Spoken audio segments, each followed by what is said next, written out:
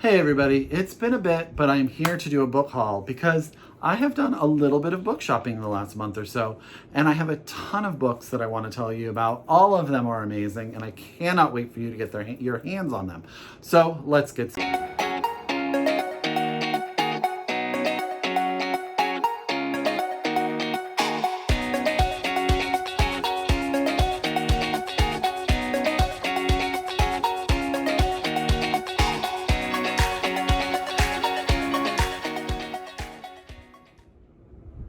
Hi everybody and welcome back to my channel. It's Russell with Ink and Paper Blog. How are you all doing today? I hope you guys are doing very, very well.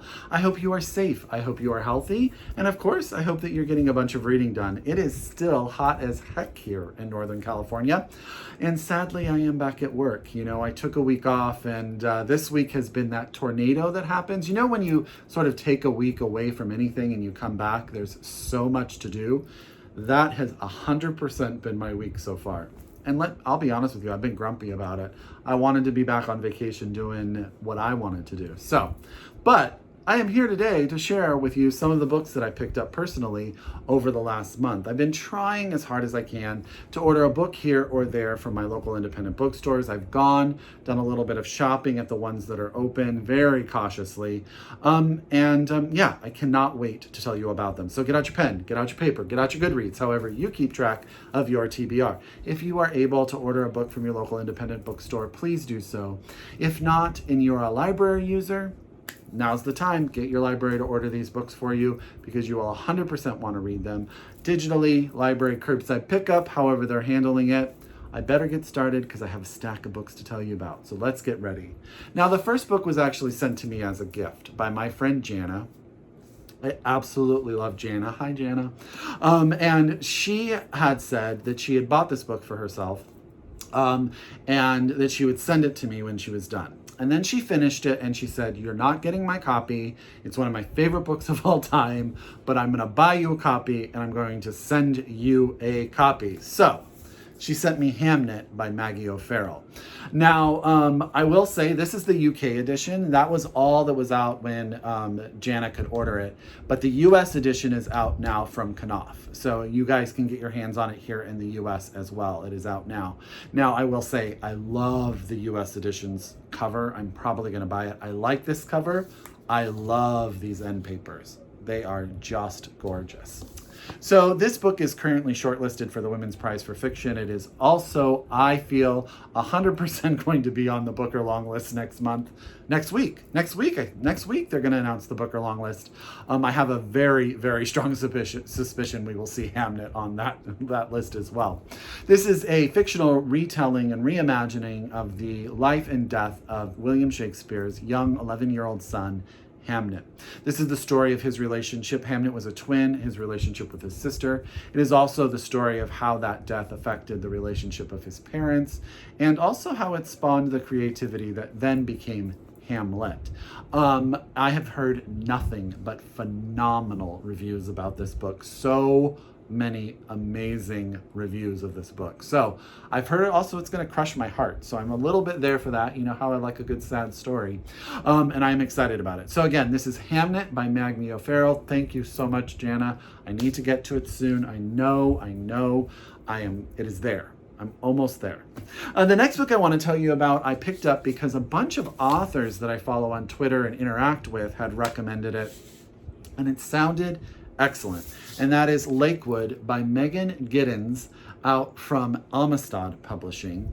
Now, Lakewood is the story of a young girl named Lena. Lena is in college when her grandmother dies, and it is brought into the light that the family is in a humongous amount of debt. So she quits school and gets a job in order to help support her family.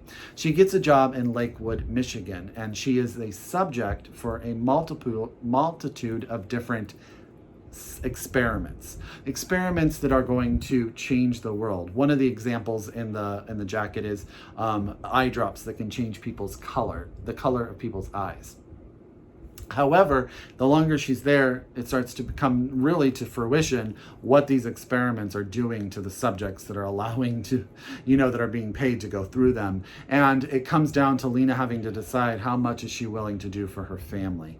So this sort of has like that family drama vibe with a little bit of sci-fi, very reminiscent maybe of Firestarter by Stephen King. I don't know why I cannot get that out of my head. A little Stranger Things too, got all of that going on, plus the family dynamic. That is Lakewood by Megan Giddings, out from Amistad. I think that sounds fantastic. So good. The next book I have to tell you guys was 50% a cover by. But then I read about the book and I was like, you know what? This is going to be excellent. And that is Sad Janet by Lucie Britsch. I'm sorry if I'm saying your name wrong. And this is out now from Riverhead Books. But just take a moment. This cover is adorable. That face. This is the story of Janet, who is a young woman. She works at a dog shelter, and she's sort of enveloped and protected herself with her sadness from really experiencing the real world. The way it says, most of all, Janet has her sadness, a comfortable cloak she uses to insulate herself from the impressions of the wider world. And then one summer, it is announced that there's this pill that people can take that will basically allow people like Janet to experience happiness. And Christmas comes along, her family dynamic, and then her boyfriend leaves her, and she decides to take the pill. And there you go. Janet's going to sort of get to determine what life would be like, maybe on the other side, or maybe if it's any better at all. And that is Sad Janet by Lucie Britsch by Riverhead Books. I am all about these books right now, usually about women, though I do have one about a man in here too, where they're just, the plot is very straightforward, but it is very much about people being sort of going inside and determining who they are and figuring out why they interact in the world and what are they going to be and how they're going to change. Reminds me of You Exist Too Much, which I just read by Arafat, which I loved. So I'm super excited for Sad Janet by Lucie Britsch, out from Riverhead Books. Okay. Now, 2 books of nonfiction that I picked up with lately. The first one is How to Be an Anti-Racist by Ibram X. Kendi, out from One World. Now, I will say this book was at Book Expo America last year, and it went like hotcakes. I couldn't even get myself a copy of it. But I want to read this one to you because of course, the writers will summarize this book better than I will. It's anti-racism is a transformative concept that reorients and re-energizes the conversation about racism, and even more fundamentally points us toward liberating new ways of thinking about ourselves and each other. At its core, racism is a powerful system that creates false hierarchies of human value. Its warped logic extends beyond race, from the way we regard people of different ethnicities or skin colors to the way we treat people of different sexes, gender identities, and body type. Racism intersects with class and culture and geography, and even changes the way we see and value ourselves. I have been reading this. My friend Pete actually read this book, Pete I trust 100%, and he raved about it on a phone call I was on a couple weeks ago now. And I've been reading it slowly but surely, sort of diving in, learning something, going and reading some other stuff, trying to piece it all together. There's a lot of notes in the back of it. You can really use this book as an experience and an educational moment for yourself and for others to really look at the world in a different way. So that's How to Be an Anti-Racist by Ibram X. Kendi, out from One World. Now, the next book is a book that I bought because I've been trying really hard with everything going on in the Black Lives Matter movement to find ways to have conversations with young people, my nieces, my nephews, other children that come into my life, about race and about racism in America. And this book, which is called Stamped, Racism, Anti-Racism, and You, is a remix of the book Stamped from the Beginning that Ibram wrote for adults. Now, this is remixed by Jason Reynolds, who is probably one of our greatest YA middle grade writers existing currently in the United States. And he has sort of reimagined Ibram's book for younger readers. And so I'm trying to utilize this book as a way to sort of have a conversation with the young people in my life about race and racism. and how it affects them and how they can be, an avenue of change. Is that the right word? I'm not sure that's what, an instrument of change. That's more better. Yeah. We're going to ignore that. This is Stamped, Racism, Anti-Racism in You by Jason Reynolds and Ibram X. Kendi. And you guys can get this out. This is out from Little Brown. And I think if you have young readers in your life that are looking for books to sort of explain the world around them, that may be a book that's very accessible to them. So think about it. Or maybe you want to start somewhere and you want something that's accessible and you want to read that. Do it for yourself. Challenge yourself. Read something that's going to teach yourself something. We're going to go back to fiction now. And I think I picked this book up because Brandon Taylor, who wrote Real Life, who I absolutely love, was tweeting about it, and I thought, you know what, I'm going to pick it up. And that's Broken People by Sam Lansky. This is out from Hanover Square Press. Again, this is the book I said that is the one, there's a guy. It's about a guy, Sam. It's sort of like one of those autobiographical fictions where the main character is also named Sam. He has also written a memoir, which the author Sam has written. He's at a party in the Hollywood Hills, and he heals about this mystic healer that does this open soul surgery, which helps people who are going through sort of traumatic times, depression, stuff like that, sort of recover themselves. So Sam decides to go on this journey, go to this retreat, and spend a few days there. And of course, when he gets there and starts going through the process, he has to confront his past, he has to confront his present, and he has to really look at how he's maybe been delusional or self-delusional about the way his life is and how he can sort of start to make changes for that. I've started this book. I will say Sam Lansky has a phenomenally easy reading voice. He just has a way of making you sort of flow with him. He also has some real beauty to his words. So I'm excited to continue with this one. And if you liked, it seems to be in the vein of Sad Janet, You Exist Too Much, those sort of things. Almost has this feel of these books that are coming out, and I'm all here for it. So that's Broken People by Sam Lansky, out from Hanover Square Press. Okay. Next are my two books that I picked up from Book of the Month Club. The first is a memoir called Untamed by Glennon Doyle. This is out from the Bial Press, and I don't know them. I don't think I've ever... you know what? It's the Dial Press. It looks like a B on the side of my book because of the way that the color goes through the D. I've heard of the Dial Press. Gosh, here I am thinking this is a publisher I've never heard of. I've heard of them. I actually have many books by them on my shelves. Untamed is Glennon's memoir, and it's about a story. It's the story of a woman coming to terms with saying she's going to live the life that she wants to lead. So one day she's at an event and she sees a woman across the room, and the way it says it is, the three words flood her mind when she sees this woman. There she is. She knows that this woman is going to be important to her. And she tries to figure out where these words come from, and she determines that it's her. It's inside her. It's her own voice. And I love the way it says here, Glennon decides to quit abandoning herself and instead abandon the world's expectations of her. She quit being good so she could be free. She quit pleasing and started living, which I think a lot of us can take from that message. I think it's very easy to make decisions and do what people think others want us to do versus really just owning things that make you happy and making decisions that will really make your life the world that you want to live in. So that is Untamed by Glennon Doyle, out from the Dial Press, Russell. The Dial Press. You guys can get your hands on this now. That cover is gorgeous, by the way. Okay. And I am so happy I got this next book because let me tell you, I was just reading on Twitter that it is almost sold out everywhere. People are having to go directly to buy from the publisher because it is a hot commodity.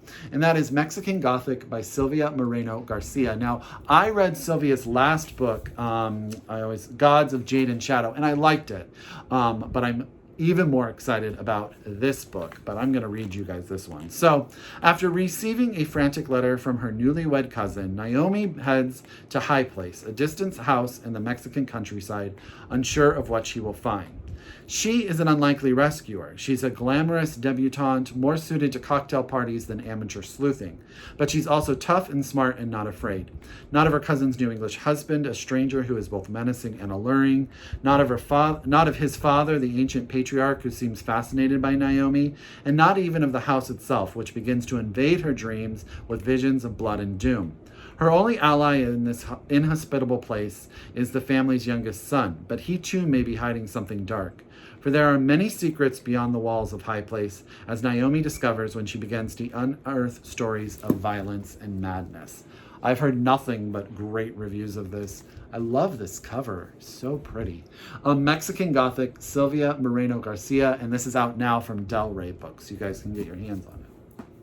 Okay, the next book I picked up when I went to Books Inc. in Campbell when it just opened again for in-store purchasing. I wanted to go and buy something that I hadn't heard of. I wanted something sort of light and reading, but something that I would really enjoy. So I picked up this one, The House in the Cerulean Sea by T.J. Klune. Now, I will tell you that I filmed this video before, and this letter right here to me on the cover looked like a G.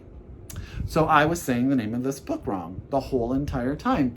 And then I was typing it and I realized that it was Cerulean, not some word that I didn't know. You guys, sometimes my brain doesn't work. It's late in the day. What am I gonna do? T.J. Klune's book is the story of Linus. He is a social worker. He works for an organization that takes care and evaluates magical children around the country, and magical children that are deemed to possibly be dangerous to themselves or others.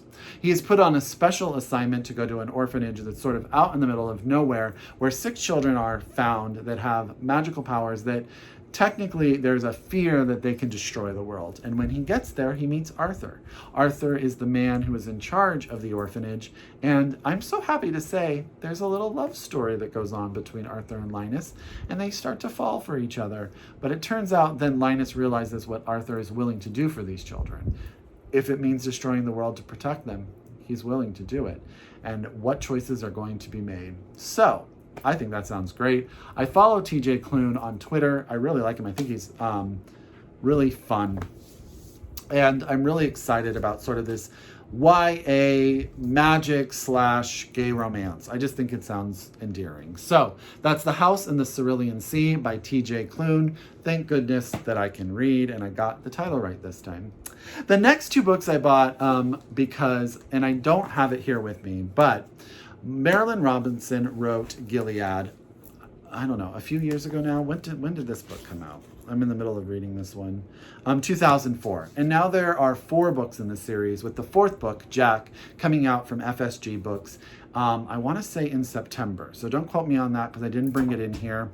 But it's coming out in August or September. Now, I decided, I had read Gilead years ago and I had given my copy to someone, and so I wanted to buy them. But then I noticed that these new, absolutely beautiful editions are coming out. So I pre-ordered all of them, all 3 of them. So that is Gilead, Lila, and Home. I don't have Home here with me. Then I went to my local used bookstore, Recycled Books in San Jose. If you are here, they have 2 locations. They are phenomenal. And I picked up copies to read in the interim because I want to read the whole series before Jack comes out, because I've heard nothing but phenomenal things about the rest of the series. Now, Gilead is the story of a much older pastor who is writing a letter to his son because he's dying. And he is significantly older than his wife and significantly older than his son. And it's a letter, a conversation between him and his son, and sort of like something to read after I die. It is full of faith and hope and love and worry and regret and beauty and language, and it is everything that you will want in a book. It won the Pulitzer. If you haven't read Gilead, you really absolutely should. I'm going to continue. I'm going to read the whole series. I'm halfway or more through reread of Gilead, and I'm going to get there. So I bought both of these too so that I could have them and get through them. And I need to find Home. They didn't have a copy at the bookstore while I was there, so I'm still on the hunt for that one. Wow, that was a lot of books. I hope with all of them, that was an eclectic type of book stack, was it not? I hope you guys are super excited. I hope they all make it onto your TBR, and I hope that you guys read them and talk to me about them. As always, if you are a new subscriber, thank you for coming by. I hope you subscribe. I hope you stick around. I like to talk about books. If you are a return subscriber, I couldn't do this without you. Thank you guys so much. So much love from my heart to yours. I hope you guys are all safe. And as always, I encourage you to shop locally, read globally. And until next time, I wish you happy reading. Bye.